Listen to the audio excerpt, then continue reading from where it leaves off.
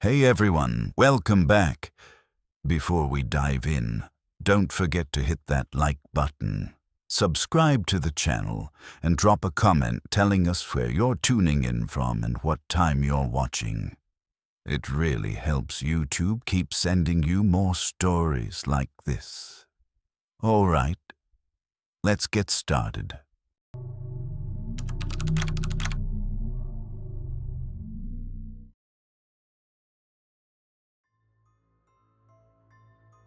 In the summer of 2021, Jacob and Emily decided they needed to escape city life for a while. They were both in their late 20s, worn down by endless commutes and the kind of jobs that drain the soul. So when they found a 2-week rental listed online, an old lakeside cabin tucked into the pine woods of northern Wisconsin, it felt like the perfect chance to recharge. The listing was simple: rustic charm, quiet surroundings, steps from the water. The photos showed weathered log siding, a deck overlooking the lake, and a little fire pit with Adirondack chairs. Jacob booked it on the spot. The drive up took nearly 6 hours. By the time they pulled into the gravel driveway, late afternoon sunlight was dripping gold through the trees. The cabin stood a little crooked on its foundation, with peeling paint around the windows and a screen door that looked like it hadn't shut properly in years. "Charming, huh?" Emily muttered, raising an eyebrow. "It's got character," Jacob joked, grabbing their suitcases from the trunk. Inside, the air smelled faintly of cedar and dust. The place was furnished in that outdated Midwest rustic style: plaid couches, knotty pine walls, and fishing gear mounted as decorations. The bedroom was small, with just enough room for a double bed, a narrow dresser, and a closet tucked in the corner. It was when Jacob opened that closet that he noticed something strange. The air that seeped out smelled off. Not overpowering at first, but sour, heavy, like damp earth mixed with spoiled meat. He wrinkled his nose and quickly shut the door. "Everything okay in there?" Emily called from the kitchen where she was unpacking groceries. "Yeah," Jacob lied. "Just dusty. Probably needs a little airing out." He didn't mention the smell. Not yet. That first night, they tried to ignore it. They spent the evening roasting marshmallows outside, listening to loons call across the dark water. It should have been peaceful, but when they crawled into bed, the odor from the closet seemed stronger. The sourness crept into their sheets, clung to their clothes. At midnight, Emily sat up, pressing her sleeve to her nose. "Jake, something's wrong in here. It smells like something died." Jacob didn't answer. He was lying stiff on his back, staring at the closet door. Because now, the smell wasn't the only thing bothering him. He swore he heard movement inside. A faint, deliberate shuffle, like something heavy shifting its weight against the floorboards. By morning, the odor had seeped into everything. Emily woke up gagging, her hair reeking like she had slept in a damp cellar. She threw open the windows, but the breeze off the lake only mixed pine with that sickening sourness. "Jake, we can't stay in that room," she said, stuffing her pillow back into its case. "I swear, something's rotten in there." Jacob nodded. He hadn't slept either. The shuffling sound from the closet played on repeat in his mind, though he told himself it had only been his imagination. Old cabins creak, mice run in the walls. It was nothing. Still, the thought of opening that closet again made his stomach knot. They dragged their bedding out to the living room couch. It was cramped, but at least the air felt fresher. Emily joked half-heartedly about roughing it like real campers. But Jacob noticed the way her eyes kept darting toward the hallway that led back to the bedroom. That afternoon, Jacob finally called the rental company. The woman on the line sounded annoyed, as if complaints were routine. There was a really bad smell in the bedroom, Jacob explained. Like something's dead in the walls. It's making us sick. The woman sighed. It's an old property. Sometimes critters get in. Just keep the closet shut. We'll send maintenance by next week. Next week? Jacob repeated, stunned. It's peak season, sir. You're lucky you got the cabin at all. And that was that.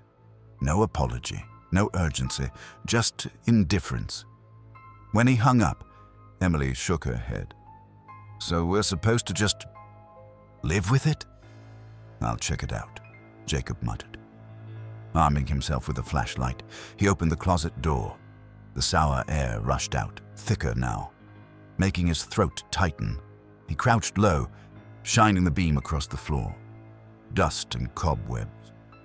Old hangers on a rod, nothing unusual, except the smell. It didn't seem to come from the walls or the floorboards. It felt heavier than that, like it was pressing out the very air itself.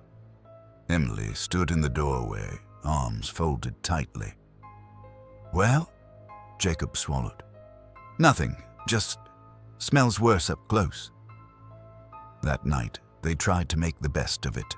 They built another fire, played cards by lantern light, but when they finally turned in on the couch, the smell was waiting.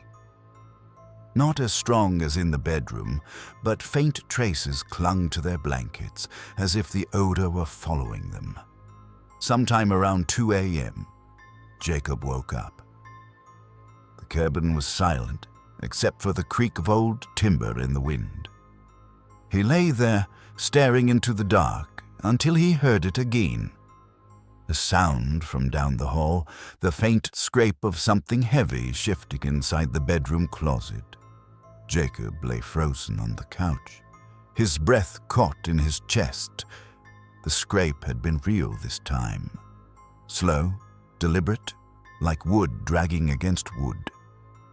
He pushed himself up quietly, careful not to wake Emily, and grabbed the flashlight from the coffee table. The hall stretched darker than before. The single bulb overhead burned out long ago. Each step he took made the floor groan, announcing him to whatever waited inside that room. At the bedroom door, the smell hit him in a wave, stronger than ever, sharp enough to make his eyes water. He gagged, pulled his shirt over his nose, and reached for the closet handle. The wood felt damp. With one quick pull, he yanked the door open and shined the light inside. At first, nothing. Just the same rod, the same empty floor. But when he tilted the flashlight downward, he noticed the boards near the back wall didn't match. They were darker, stained in uneven patches, as if something had soaked into the wood. Jacob crouched low, running his hand over the planks. They felt soft, almost spongy beneath his fingers. And then he heard it, a faint breath. Not the wind, not the settling of an old house. A slow exhale, wet and labored, rising up from beneath the floorboards. Jacob jerked back, heart pounding so hard it echoed in his ears. He slammed the closet shut and stumbled into the hall. From the couch, Emily's groggy voice called out, "Jake, what are you doing?" "Nothing," he said too quickly. "Go back to sleep." But he didn't sleep. He sat in the armchair by the window until dawn, flashlight clutched in his hands, listening to the silence press in around him. The next morning, Emily noticed the dark circles under his eyes. "You heard it too, didn't you?" she whispered, as if afraid the walls might listen. Jacob hesitated, then nodded. They spent the day outside, trying to avoid the cabin entirely.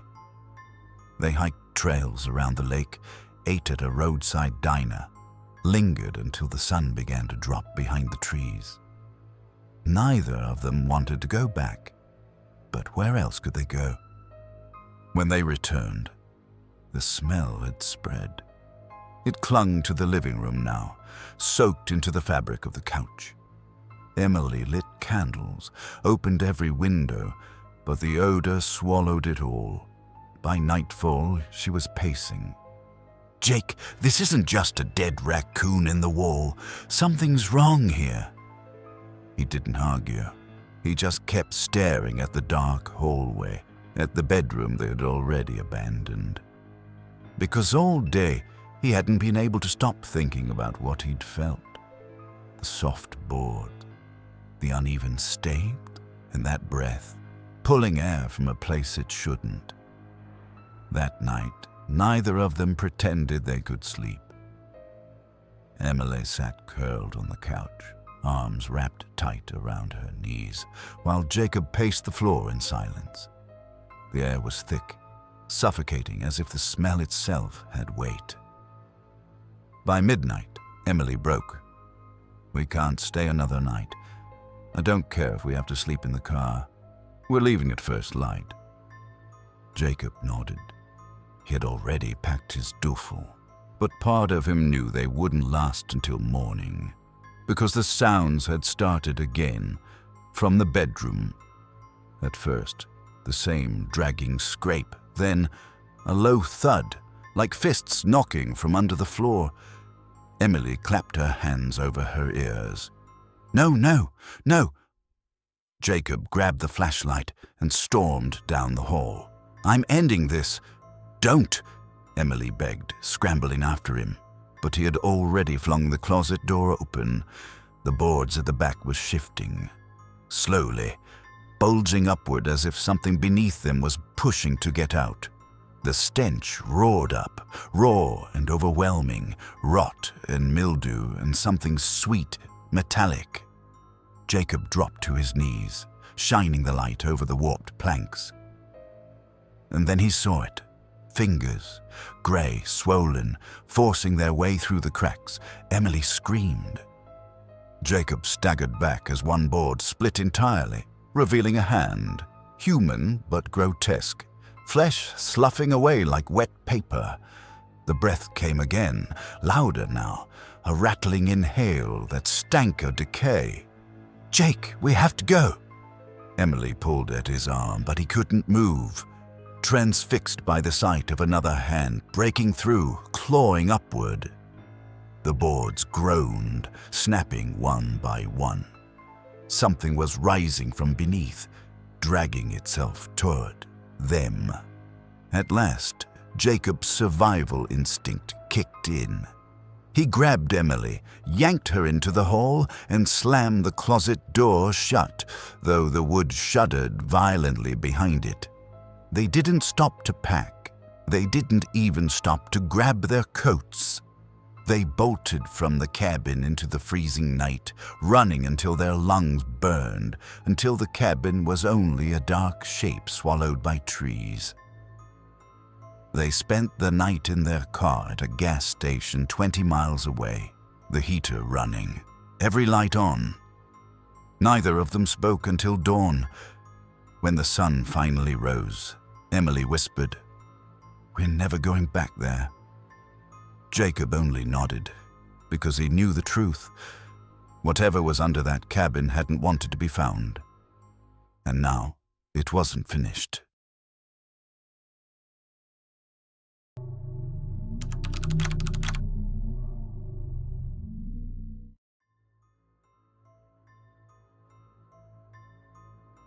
Last August, my wife Rachel and I drove down to the South Carolina coast to celebrate our 12th wedding anniversary.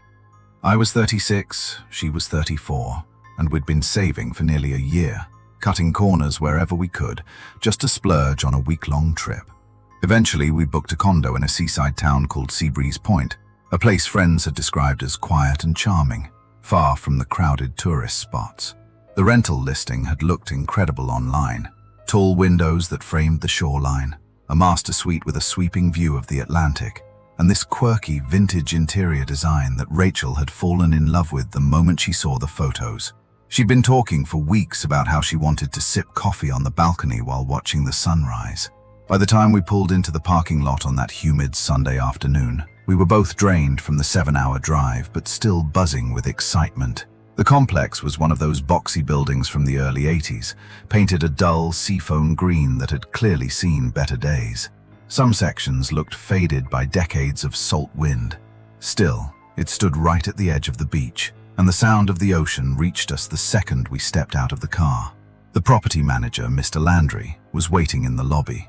He was a wiry man in his late 50s, his shirt wrinkled, his eyes sunk deep into his skull like he hadn't slept in days. When he handed me the keys, he barely looked at me, muttering a monotone, "Welcome," before shuffling back toward the office. His fingernails were chewed down so far it made my own hands ache to look at them. We didn't think much of it at the time. People like that worked in coastal rentals all the time. Burned out, tired of dealing with tourists. We just wanted to get upstairs and see the view for ourselves. The condo itself didn't disappoint. Rachel gasped the second we opened the door. The floor-to-ceiling windows in the living room stretched wide, framing a panoramic view of the beach. Beyond them, waves curled white against the sand, gulls wheeled in the pink evening light, and the horizon glowed like molten glass. Inside, the decor looked straight out of the 70s. Woven wicker furniture, patterned wallpaper that almost hurt the eyes, and seashell lamps that threw warm pools of light across the space. Rachel loved every bit of it. That first night was everything we'd hoped for. We unpacked slowly, changed into lighter clothes, and walked barefoot down the beach until our legs were sore. Later, we sat on the balcony with a bottle of wine, watching the sky melt into shades of orange and lavender. When the stars finally came out, we felt like we'd stolen a piece of time just for ourselves. But somewhere around 2:15 a.m., I woke to something that made my stomach twist. At first, it was faint, like the kind of odor you'd shrug off in a city alleyway. But as I lay there, it grew stronger. That sweet, rotten smell that clings in the back of your throat, and makes you swallow hard to keep from gagging. Rachel was fast asleep, her face soft against the pillow. I didn't want to wake her, so I slipped out of bed and began sniffing around the room like an idiot.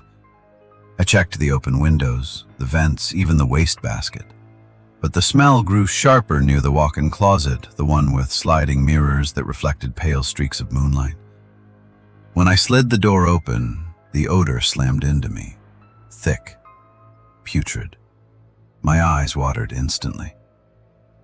I grabbed my phone and switched on the flashlight, sweeping it across the small, mostly empty space.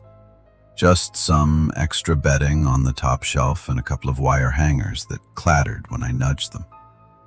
The stink was unmistakably coming from inside that closet, from somewhere I couldn't see. I stood there for a long moment, my chest tight, my brain whispering reasons. Maybe an old rodent had died in the walls. Maybe the pipes carried up some foul air. But none of it explained the sheer weight of the smell. Eventually, I shut the door again, slipped back into bed, and told myself it could wait until morning. By morning, the smell hadn't gone away. In fact, when sunlight filled the bedroom, it seemed worse, like the heat was pulling it straight out of the walls. Rachel noticed the second she walked back in after her shower. She stopped mid-step, wrinkling her nose. "God, Mark, what is that? Did something crawl in here and die?" I tried to sound casual, but my throat was raw from breathing that stench all night. "Must be something in the vents. I'll call the manager." When I reached Mr. Landry on the phone, it took 6 rings before he finally picked up. His voice was gravelly, annoyed, like I'd dragged him out of bed. The second I mentioned the smell, he launched into what sounded like a speech he'd practiced 100 times. "Old buildings by the ocean always have issues. Salt air corrodes the pipes, plumbing gets backed up. It happens. We'll send someone when we can." He said it too smoothly, too quickly, like he'd said it to other renters before. I hung up knowing No one was coming. Rachel and I tried to ignore it. We spent most of that Monday on the beach, swimming in the warm August water, searching for sand dollars along the tide line. The town really was beautiful. Seagulls circling the boardwalk, kids laughing as they ran into the surf. A breeze that smelled of salt and sunscreen. But each time we came back to the condo for sunscreen or water, the air hit us like a slap. The smell had grown sour and heavy, clinging to our hair and clothes. By late afternoon, Rachel had a headache, rubbing her temples as she muttered, "I feel sick every time we step in there." By evening, it was unbearable. Rachel stood in the doorway to the bedroom, her hand covering her mouth. "We can't sleep in here. I'll throw up if I have to stay in that smell all night." So we dragged our suitcases into the living room. A pull-out couch and the old wicker sofa. We stuffed towels under the bedroom door and shut it tight, trying to trap the odor inside. Around midnight, Rachel had finally dozed off on the pull-out. I, on the other hand, couldn't stop thinking about that closet. The smell had been strongest there. Too strong to be just pipes. I grabbed a dish towel from the kitchen, tied it across my nose and mouth, and crept back into the bedroom. The second I opened the door, the odor washed over me so hard my eyes watered. In the closet, I pushed aside the extra hangers and ran my flashlight over the walls. The back wall was covered in this ugly bamboo print wallpaper, probably from the late 70s. At first glance, it looked normal. But when I pressed my palm against one section near the bottom, it gave a little. Hollow, like there was space behind it. A chill ran down my spine. I peeled at the corner where the wallpaper was curling loose. Came off far too easily, revealing a square cut of drywall beneath it. The edges were uneven, patched over with sloppy plaster. I could even see fingerprints hardened into the joint compound, like someone had done the repair in a rush. And the stench? God, the stench was pouring from behind that patch. I knew I should have stopped. Should have gone back to Rachel, called the cops, done anything except keep digging. But something in me, anger, maybe curiosity, wouldn't let it go. I slipped into the kitchen again, grabbed a butter knife, and went back. My hands shook so badly I almost dropped the flashlight. I jammed the knife into the seam and pried. The drywall wobbled, then popped out with a dry crack. The smell that exploded from that cavity nearly knocked me to my knees. I gagged into the towel, eyes streaming, my stomach rolling so hard I thought I'd vomit right there on the floor. When I finally aimed my light into the hole, I froze. Inside was a hidden compartment, maybe 3 feet wide, 2 feet deep. Stacked carefully inside were bundles wrapped in thick layers of plastic and duct tape. Different sizes, some narrow, some round. Each package sealed so tightly it glistened in the beam of my light. One near the front had torn slightly, maybe from heat or time. Through the tear, something pale jutted out. I leaned closer, holding my breath. Then I saw it. A human hand, gray-green from rot. The fingers curled stiff into a claw.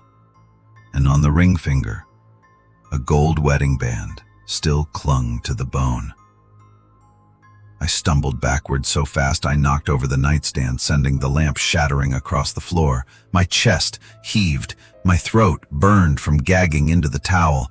From the living room, Rachel's sleepy voice floated in. "Mark? What happened?" I couldn't answer. My brain refused to form words. I just stared at that gaping hole in the wall, at the clawed hand jutting out of the bundle, at the dull hands trembled so badly I could barely hold my phone, but I snapped photos of everything. The hole, the packages, the torn plastic, the visible hand. Then, with shaking fingers, I pushed the drywall piece back into place as best as I could.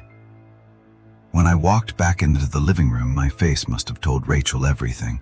Her eyes widened, panic flickering across her face. "We're leaving, now!" She didn't ask questions. She just began throwing her clothes into the suitcases without folding them. I stepped out onto the balcony with my phone, dialing 911 in a low whisper so Rachel wouldn't hear the details. The dispatcher made me repeat myself 3 times, like she couldn't believe what I was saying. Finally, she told us to get outside immediately and wait in our car. Officers were already on the way. We grabbed our things and hurried down the stairwell, the humid night air sticking to our skin.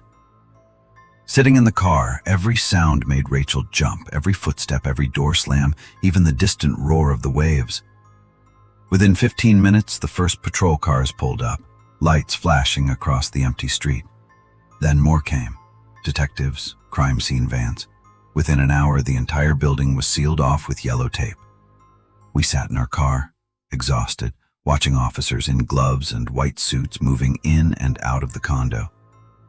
Rachel squeezed my hand so tightly my fingers went numb. Around 2:30 a.m., a detective approached us. Detective Hoffman, tall and lean with silver streaked hair tied in a bun, introduced herself. Her tone was calm but sharp, every question clipped. She interviewed us separately, asking about the manager, about when we'd booked, about every detail of the smell. When I mentioned Mr. Landry's rehearsed explanation and how quickly he dismissed the complaint, she scribbled furiously in her notebook. By 3 a.m., Landry himself was being led across the parking lot in handcuffs, shoved into the back of a cruiser. His head hung low, shoulders shaking. I couldn't tell if he was crying or just hiding his face. Rachel leaned toward me. "Mark, what did you see?" I couldn't bring myself to answer. I just squeezed her hand and whispered, "The police will explain." Hours blurred together. Dawn was breaking by the time Detective Hoffman returned to us with a face drawn tight. She crouched by the car window, speaking low. "They found multiple bodies." My chest went hollow. "Not just in your unit, throughout the building. Inside walls, under floorboards, sealed in attic spaces. So far, we've counted 7 victims, all in different stages of decomposition." Rachel gasped, her hand flying to her mouth. Hoffman continued. "The oldest remains are from nearly 8 years ago. The most recent, we believe, just a few months." She paused, watching our faces. "From what we can tell, all the victims were renters, people who checked in but never checked out." The world seemed to tilt. I gripped the steering wheel so hard my knuckles went white. By the next afternoon, the media circus had arrived. News vans, flashing cameras, reporters swarming locals for interviews. The entire town buzzed with rumors about the Seabreeze murders. At the station, Rachel and I gave detailed statements. The interview rooms smelled faintly of burnt coffee and disinfectant, the kind of smell that never leaves your clothes. They kept us there for hours, asking about Landry, about everything we'd seen and heard. 2 days later, Detective Hoffman called us at the hotel the city had arranged for us. Her voice was grim but steady. "They've identified 3 victims so far. A nurse from Ohio, a retired teacher from Vermont, and a honeymooning couple from South Korea. The others are still pending. Landry has confessed. He claims the first death was an accident, but we don't buy it. He targeted people traveling alone or without close family. People whose absence wouldn't be noticed right away." Rachel sat on the hotel bed, her face pale, silent tears rolling down her cheeks. We drove home later that week in complete silence, the road stretching endlessly before us. Even back in our own house, Rachel couldn't bring herself to sleep in our bedroom. She swore she could still smell that sickly sweetness in the air, even though I told her it was impossible. Months later, Detective Hoffman called again. Landry had been sentenced to life without parole. All 7 victims were finally identified and their families notified. She thanked us, said we'd helped bring closure. But closure doesn't feel like the right word. Not when I still wake up at 2 a.m., convinced I smelled decay in the walls of my own home. Rachel says next year we should renew our vows, reclaim our anniversary from the nightmare. I agreed. But this time, we're going to the mountains, somewhere far from the ocean, somewhere without closets hiding secrets, somewhere we can pretend the world isn't as dark as we now know it can be.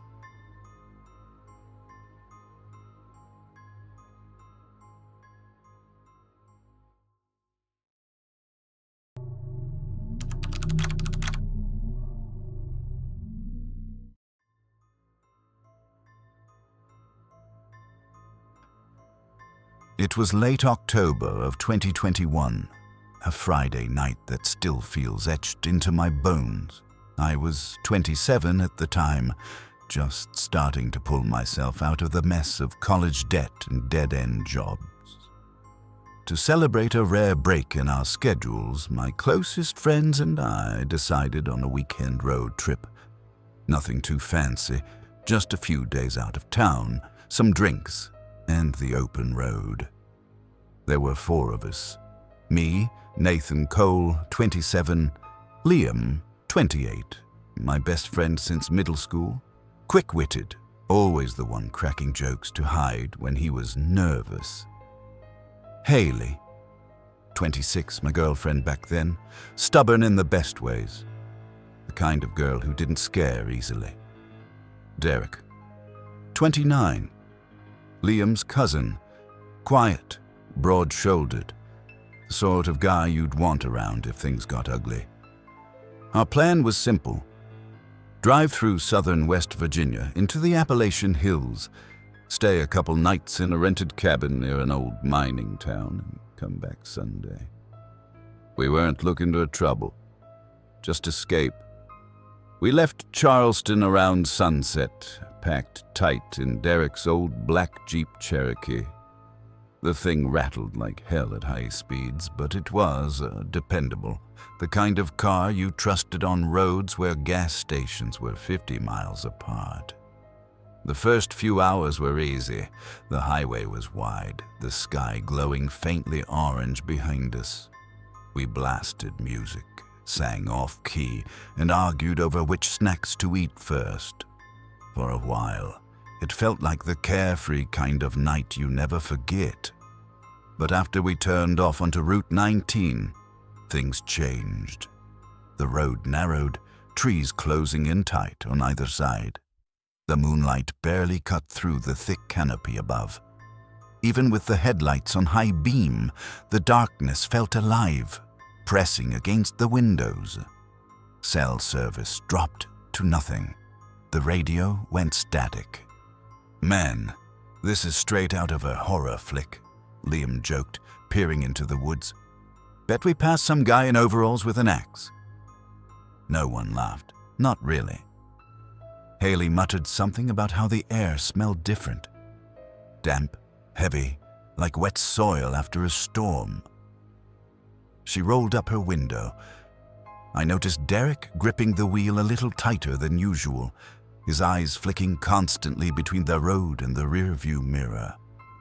Around midnight, fog rolled in, thick and pale, swallowing the road ahead. The Jeep slowed to a crawl. Every mile felt longer than the last. That's when we saw it, a figure on the side of the road. At first, I thought it was a deer or maybe a tree stump, but as we crept closer, the beams revealed a man standing perfectly still at the edge of the fog. Tall, thin, wearing a dirty brown jacket and jeans torn at the knees. His face was obscured by shadow, but I swear I saw the faint glint of eyes staring straight into ours. Derek cursed under his breath and tightened his grip on the steering wheel. None of us spoke. The Jeep rolled forward slowly, the figure never moving, never even blinking. As we passed, I turned my head to keep him in view, but he, gone. The silence inside the Jeep after that was suffocating. Nobody wanted to admit they'd seen him too, but the weight of it sat heavy on all of us. "Probably just some drifter," Derek muttered finally, his voice low. Happens out here. Folks wandering the back roads. Standing that still? Haley asked sharply. Not moving at all. No flashlight, no car, nothing. Her tone made me shiver. She was right. Even out here, people carried something. A bag, a light, at least a sign they weren't wrong. Liam broke the tension with a forced laugh. Relax, guys. He probably thought we looked creepy.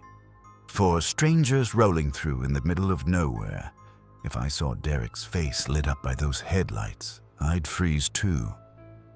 That earned him a weak chuckle, but it didn't lift the unease.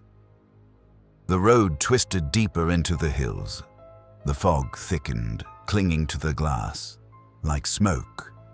At times, Derek had to slow to 20, creeping around blind curves with nothing but the faint double yellow line to guide him. Every so often, the Jeep jolted over potholes big enough to rattle our teeth. Then the forest swallowed us whole. The trees were enormous, stretching high above, their branches knotting together so thickly the moon couldn't break through. Headlights only lit up a tunnel of pale fog and slick asphalt. It felt like we were being funneled into something, like the woods were guiding us instead of the map. After what felt like hours, Liam finally checked his phone. Still no service, he muttered. Google Maps won't even load the blue dot. Relaxed, Derek said, though his jaw was tight. Cabins on a side road up ahead.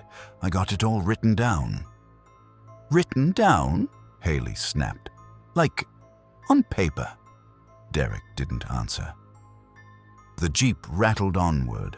My eyes kept flicking to the side windows, expecting to see that man again, standing in the fog. At one point, I swore I saw movement, something pale weaving between the trees, but when I blinked, it was gone. Finally, the road widened enough for Derek to pull over. We dug a folded paper out of the console, a printed map with scribbled notes.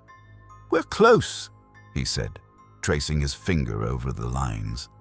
About 3 more miles, then a dirt road should cut right. We got moving again, slower now, tension filling the air. And then, just as the turn came into view, the Jeep's headlights flickered. For a second, the entire world went black. The engine stuttered like it was choking. My stomach dropped. Don't you dare, Derek hissed at the dashboard, slapping it with his palm. The lights blinked back on. The Jeep coughed, then steadied. But in that second of darkness, swear to God I saw him again, the same man, standing in the middle of the dirt road we were about to take. When the headlights flared back on, the road was empty. Nobody spoke as Derek turned onto it anyway. The crunch of gravel under the tires was the only sound. The cabin had to be close. Too late to turn back now. The dirt road stretched on longer than any of us expected. The Jeep jolted and bounced over rocks, branches scraping against the sides like fingernails. At one point, Liam muttered that it felt less like a road and more like a trap someone had carved straight into the woods. Finally, after what felt like forever, the trees parted just enough to reveal it. The cabin. It stood at the edge of a hollow, hunched and dark, its wooden siding weathered to gray. A single porch light glowed weakly, swaying on a chain as though it had been left on for us. No other houses were in sight. No cars, just the cabin, the trees, and the silence pressing down. Charming, Liam muttered, forcing a grin. Haley frowned. Looks abandoned. It's not, Derek said quickly. Owner's a friend of a friend. Said it was old but solid. We'll be fine. Still, none of us moved at first. Something about the way the cabin sat there, waiting, made my skin crawl. Eventually, we unloaded our bags, climbing the creaky steps to the porch. Derek fumbled with the keys, then shoved open the door. The inside smelled of dust and damp wood. Cobwebs clung to the corners. A stone fireplace dominated the main room, stacked with logs as though someone had prepared for our arrival years ago. The furniture was mismatched and sagging, but intact. Liam dropped his duffel on the couch and forced a laugh. Home sweet home. We settled in the best we could. Haley wiped down the kitchen counters while I tried to get the fireplace going. Derek carried in the last of the bags, shutting the door tight behind him. For a while, the normalcy of unpacking helped, but the silence outside never lifted. No wind, no insects, not even the distant call of an owl. Just nothing. Later, while we sat around the fireplace eating snacks and playing cards, I noticed Haley staring at the front window. "You okay?" I asked. Her eyes stayed fixed on the glass. "I thought I saw someone walk past," she whispered. Derek froze mid-deal. Liam chuckled nervously. "Relax. Probably a reflection." But I knew what she meant. The window reflected only faint shapes from inside, but behind that, the porch was visible. Empty. Still. Around midnight, Derek suggested we all turn in. "Big day tomorrow," he said, though none of us really had plans beyond drinking and hiking. The truth was, we were all drained. The drive, the tension, the fog. It felt like the woods had stolen our energy. I took the small bedroom off the main hall with Haley. Liam and Derek chose bunks in the back. The bed was stiff, the sheets cold, but exhaustion hit hard. I drifted off quicker than I expected, until the sound woke me.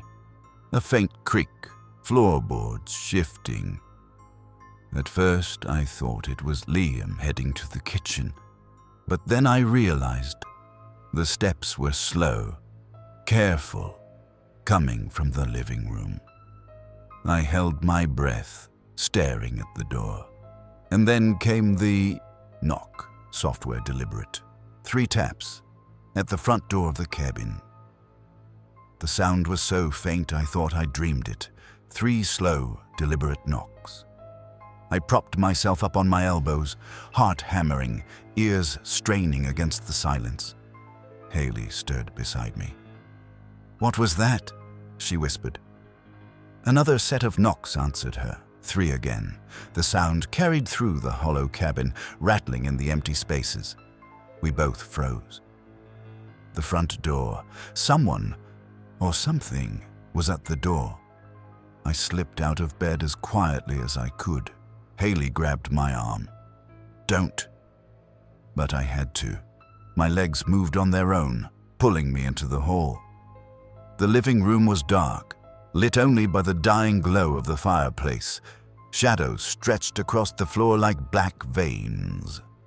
From the back room came movement, Liam shuffling half awake, whispering curses under his breath. Derek followed, flashlight in hand, face pale but determined. We all gathered near the door, staring at it like it was alive. The knocks came again, softer this time, almost polite. Derek raised the flashlight and mouthed, "On 3. He counted silently.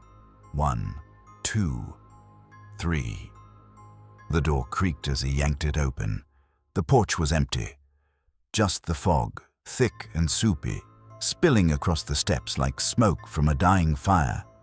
The beam of the flashlight cut through it but revealed nothing. No footprints, no figure retreating into the trees. Nothing. "Hell no," Liam muttered, backing away. "We're not doing this." Derek stepped outside, sweeping the light across the yard. His breath came out in harsh clouds. "No one's here." "Then who knocked?" Haley demanded. Her voice cracked in a way that made my skin crawl. We shut the door, bolting it, dragging a chair in front just for good measure. but the unease lingered. None of us wanted to admit what we were all thinking, that someone was out there watching us. Sleep became impossible after that. We retreated to the living room, huddled near the fireplace, whispering to keep the silence away. Hours crawled by. The flames burned low, painting the walls in restless shadows, and then it happened again. But not at the front door this time. The sound came from the back of the cabin, a single knock, then another, not on wood this time, on glass. We all turned at once toward the kitchen window. The curtains were thin, swaying slightly, and behind them, a shape, tall, motionless. The knock came once more, softer than before, as though whatever it was wanted us to know it had patience. Derek raised the flashlight with a trembling hand and yanked the curtain aside. The window was empty, just fog pressing against the glass. But the glass itself was smeared. 3 long, wet streaks dragged down as though by fingers. None of us really slept. We sat there in the living room until the faint gray of dawn seeped through the curtains. The fire had burned out hours ago, leaving only a pile of cold ash and the occasional crackle from collapsing wood. Every sound in the cabin seemed amplified. The creak of a chair, the groan of the rafters, even our own breathing. When sunlight finally broke through, it was almost a relief. Almost. Derek was the first to move. He unbolted the front door and stepped onto the porch, flashlight still clutched in his hand, though the sun was up. The fog hadn't lifted completely. It hung low and heavy, curling around the trees like smoke that refused to rise. "Come look," he called softly. We joined him. At first, the porch seemed untouched. Then Haley pointed. On the top step, faint but unmistakable, were marks. Not shoe prints, not boots, bare feet. The impressions were small, like a child's, pressed into the damp wood in uneven angles, as if whoever made them had been standing there for hours, shifting just slightly. "That's not funny," Liam muttered. "Tell me one of you did that." None of us answered. The rest of the morning passed in uneasy silence. We made coffee with stale grounds left in the cupboard, picked at energy bars for breakfast, and pretended we weren't watching the windows every few minutes. By noon, Derek announced, "I'm going to check the perimeter." He grabbed a hatchet from the cabin storage shed and motioned for Liam to follow. Haley and I stayed behind. She tried to distract herself by unpacking more of our stuff, setting up sleeping bags on top of the creaky beds, but I could see her hands trembling. "Last night," she said finally, voice low. "Those streaks on the window, they weren't handprints. They were too long, too thin, almost like claws. I didn't know what to say, so I said nothing. When the guys came back, they were pale." Derek tossed the hatchet on the table. "Found something." He spread out a piece of cloth. Torn, dirty, stiff with dried mud. At first, I thought it was nothing, just an old rag. But then I realized it was a shirt, a child's shirt. Bright red once, now faded, the kind with cartoon animals printed across the front. Haley covered her mouth. Oh my God!" "There's more," Liam said, running a hand through his hair. "We found it hanging from a tree branch, like someone put it there on purpose." Silence fell heavy over us again. We all knew the stories about kids vanishing along Route 19. We'd laughed them off on the drive, but sitting there in that cabin, holding that shirt, the air thick with fog and the memory of knocks in the night. No one laughed now. And then came the smell. Faint at first, sweet, rotting. It drifted in from the open window above the sink. Haley gagged, backing away.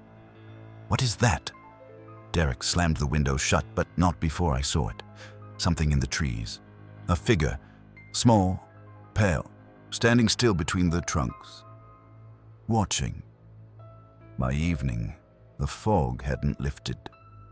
It clung to the trees, heavy and unmoving, muting the forest into something unnatural. The smell that drifted through the cabin earlier hadn't gone away either. Sweet, rotten, like fruit left too long in the sun, or something far worse. We argued about leaving. Liam wanted to pack up and drive out before it got dark, but Derek shook his head. "The fog's too thick. We'll end up in a ditch. We wait until morning." So we waited. By nightfall, the cabin had turned into a tomb of creaks and whispers. We locked every door, checked every window, and dragged our sleeping bags into the living room again. The fireplace burned low, casting restless shadows that seemed to move on their own. No one spoke much. Every so often, Haley glanced at the window like she expected something to be there. I couldn't blame her. I kept seeing that figure in my head, the pale shape between the trees, still as a statue. It was Liam who broke the silence first. He whispered, "It's watching us." We all turned to him. His face was pale, sweat glistening on his forehead. I saw it again, out back, just standing in the fog. Derek cursed under his breath, grabbed the flashlight, and headed for the window. We crowded behind him. For a long moment, there was nothing but fog and the black spines of trees. Then, movement. Something pale slipped between the trunks. Not running, not even walking, just shifting. Closer. Haley gasped. "It's a kid." The beam of the flashlight caught it for a fraction of a second, and I realized she was wrong. It wasn't a kid. It was smaller than us, yes, but wrong. Its proportions twisted, limbs too long, head tilted unnaturally to one side. Its skin gleamed in the light, smooth and waxy like candle wax. And then it smiled. Not a wide grin, not a playful one. Just the faint, deliberate curl of lips that had no business being human. Liam stumbled back, knocking over a chair. Derek dropped the flashlight, and when it rolled, the beam caught the glass of the window, where 3 new streaks had appeared. Fresh, dripping, as if invisible fingers had just dragged across it. "Close it! Close it!" Haley screamed. Derek yanked the curtains shut, bolting the latch, though we all knew that flimsy window wouldn't stop whatever was out there. We huddled together near the fire, trying not to breathe too loudly. The cabin groaned around us. Then the knocking started again. But not at the door this time. This time, it was everywhere. Soft taps on the walls, slow drags across the glass, the faint thud of footsteps on the roof. Like it was circling us, testing the walls, reminding us we were trapped. And above the sound of knocking, faint but clear, came laughter. High-pitched, childlike, but stretched, broken, like it belonged to something trying very hard to sound like a child. The laughter echoed through the cabin, thin and warped, seeping through the walls like smoke. It didn't belong outside. It felt inside, everywhere at once, coming from the corners, the ceiling, even from under the floorboards. Haley clamped her hands over her ears and rocked back and forth. "Make it stop! Make it stop!" Derek grabbed the hatchet and stood in front of the door, his chest heaving. "If it comes in, I'll—" He didn't finish. We all knew he was bluffing. The fire sputtered low, throwing nervous shadows across the walls. The knocking continued, deliberate and steady, moving around the cabin in a slow circle. Knock, drag, tap, as though it was mapping every inch, deciding the weakest spot. Then came the scratching, a long, drawn-out scrape against the back door like nails or claws, digging into the wood. It set my teeth on edge. The sound didn't stop. It grew louder, faster, frantic, until it was all we could hear. "Don't open it," Liam whispered. He had tears in his eyes. "Please don't open it." No one moved toward the door, but we all stared at it, waiting. The scratching stopped as suddenly as it began. The silence that followed was worse. And then, bang! The whole cabin shuddered as something slammed against the back door. Once, twice. The third time, the wood groaned and split. Haley screamed. Derek raised the hatchet higher, but I could see his hands shaking. The banging stopped. For a moment, there was nothing but our ragged breathing. Then, thud, thud, thud. Footsteps across the roof. Slow, heavy. We froze, listening as they moved from one side of the cabin to the other, circling above our heads. Dust rained down from the rafters. Something was crawling up there. The laughter returned, this time muffled, as though it was directly above us. And then, a voice. Software sweet, childlike. "Can I come in?" The words weren't spoken in any natural rhythm. They were stretched, each syllable dragged too long, the tone eerily polite. Haley lost it then. She bolted for their bedroom and slammed the door. I wanted to follow, but my legs wouldn't move. The voice came again, closer this time, whispering through the cracks in the wall. "Let me in. I'm cold." Derek roared, more in terror than anger, and swung the hatchet at the front door as if to scare it off. The blade stuck in the wood with a dull thunk. Silence fell again, and then the doorknob began to turn. Slowly, deliberately, back and forth, back and forth. We rushed to hold it, all three of us pressing our weight against the door, even though it was already locked. The knob rattled harder, faster, until it spun violently in place. Then it stopped. For one blessed moment, there was quiet, until a tiny hand, pale, waxy, and impossibly thin, slid through the gap under the door. Its fingers stretched far too long, curling across the floorboards, reaching for us. Haley screamed from the bedroom, and just like that, the fire blew out. We were swallowed in darkness. When the fire went out, the cabin seemed to exhale. Darkness poured in from every corner, thick and heavy, swallowing the space whole. I couldn't even see my own hands. For a few seconds, there was only the sound of our breathing, shallow, quick, panicked. Then, from the other side of the door, came the dragging sound again, nails or claws scraping across the wood. Slow, purposeful. Liam whispered, "Light, somebody, please." A light. Derek fumbled with the flashlight, but when he clicked it, nothing. Dead. He smacked it against his palm again and again, but it refused to turn on. The laughter started up once more, faint and broken, seeping through the cracks in the walls like smoke. Except now it wasn't just outside. It was above, behind, beneath, all around us. A whisper slithered through the dark. Not English this time, not anything human. Words twisted backward, garbled like someone speaking in reverse.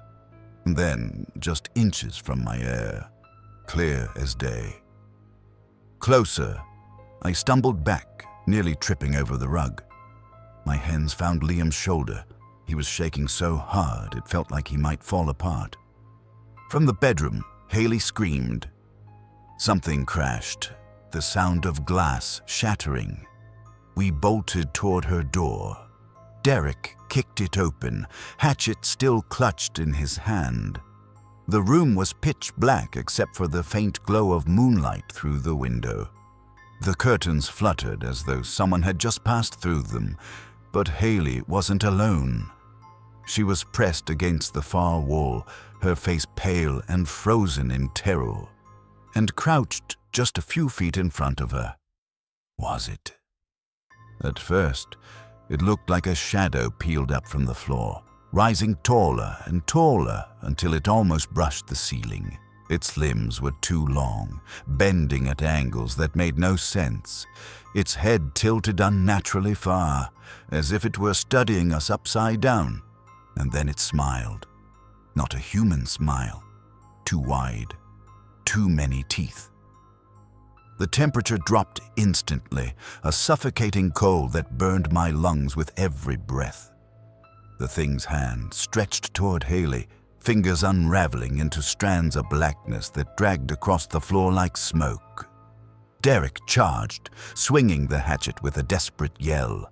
The blade cut straight through it, but instead of bleeding, the shadow split, then reformed. Whole again, unbothered. It tilted its head at Derek and let out a low, rattling sound. A laugh, but wrong, hollow, like someone shaking bones in a wooden box. Haley shrieked, breaking whatever paralysis had held me in place. I grabbed her arm, yanking her away from the wall. Liam fumbled for her other hand, pulling her toward the hole. The shadow creature didn't rush. It didn't need to. It just followed, long arms dragging, body melting and reforming as though it wasn't bound by the shape it wore. We scrambled back into the living room, and then every window in the cabin exploded inward. Glass rained down in a violent storm as the fog surged inside, thick and choking, curling around our legs. The laughter returned, not one voice now, but many, overlapping, echoing, until the cabin felt like it was collapsing under the sound. Somewhere in the chaos, the hatchet slipped from Derek's hands. I never saw where it landed, because the thing was no longer at the bedroom door. It was inside the living room, between us and the front door.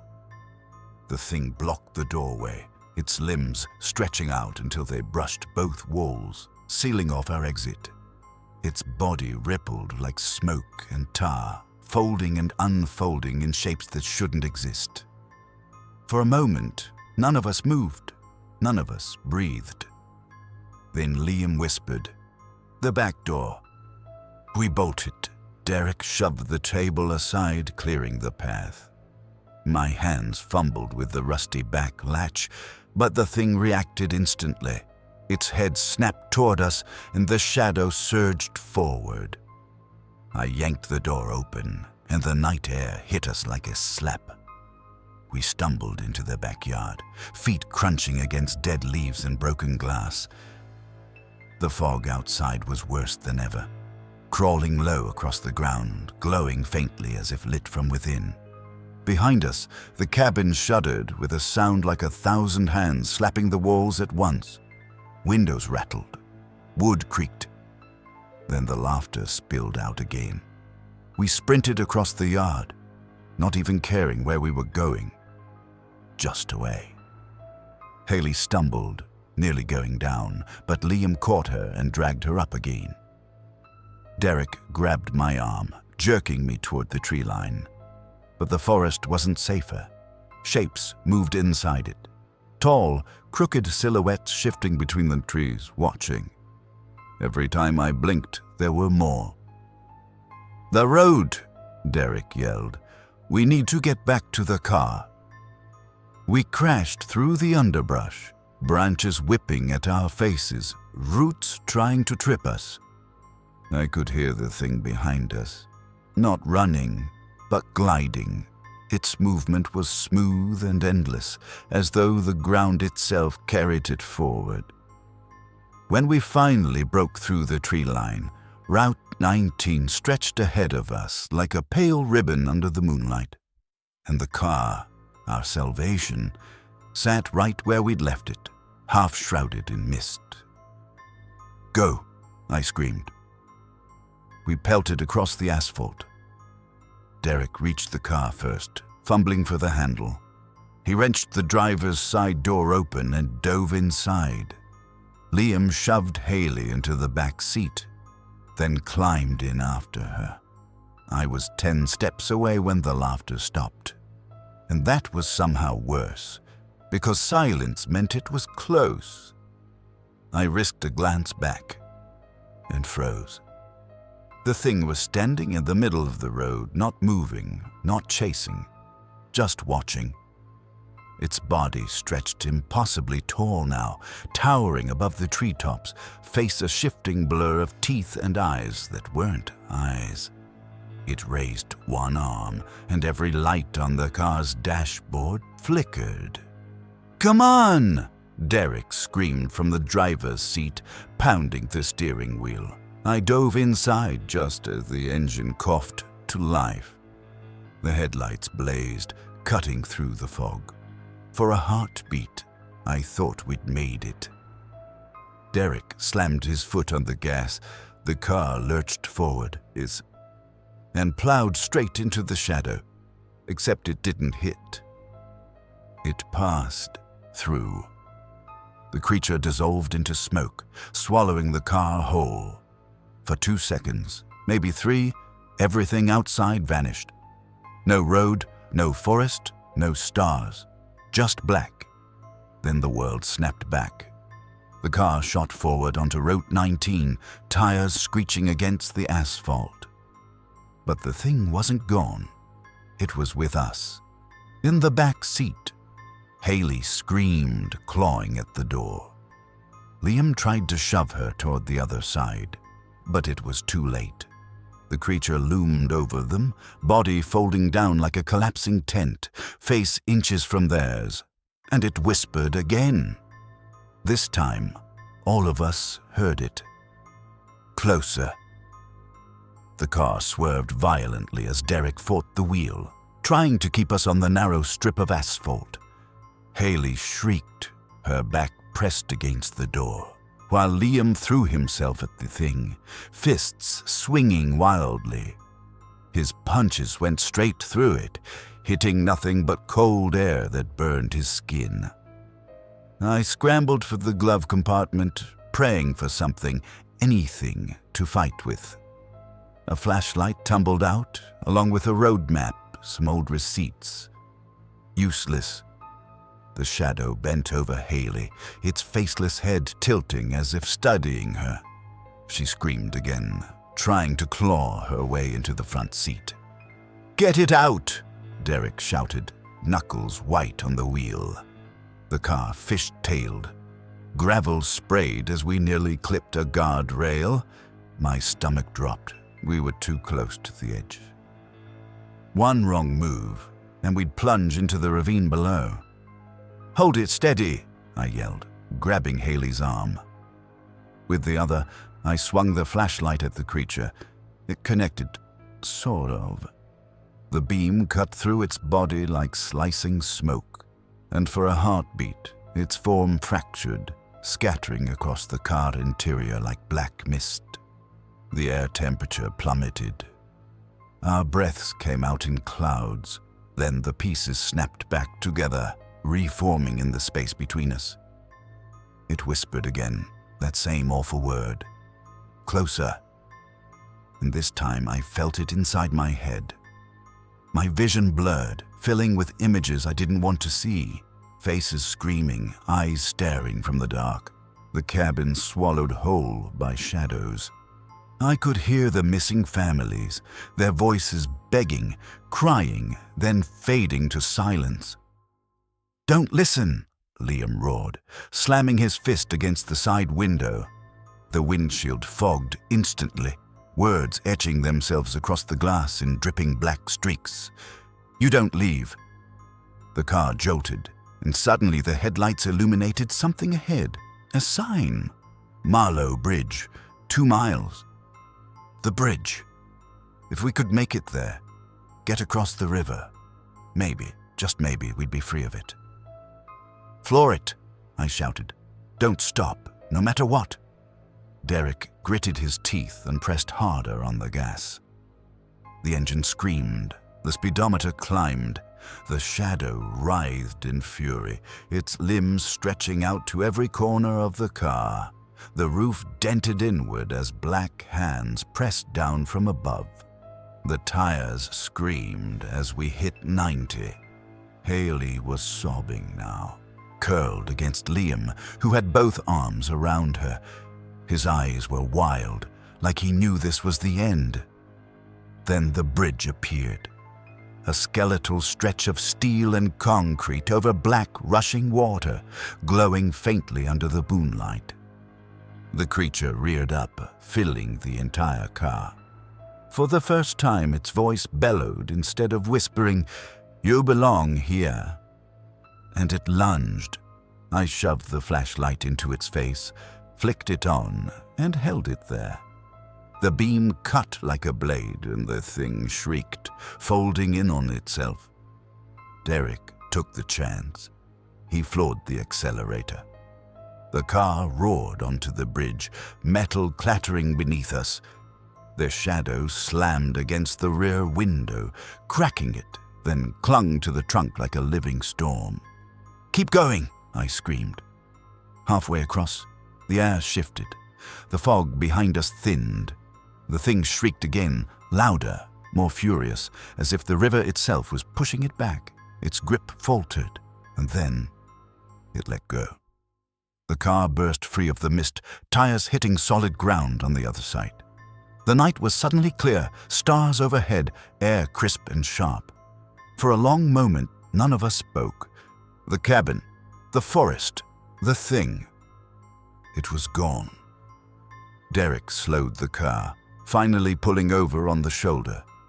His hands were shaking. Haley was still crying. Liam just sat there, eyes wide, staring at nothing. I looked back at the bridge, half expecting to see it standing there, waiting. But all that stared back was darkness. We drove until dawn, until the sky turned pale gray and the first town appeared on the horizon. We never spoke of it again, but even now, some nights when I close my eyes, I hear it. That word, whispered low and soft, just enough to remind me.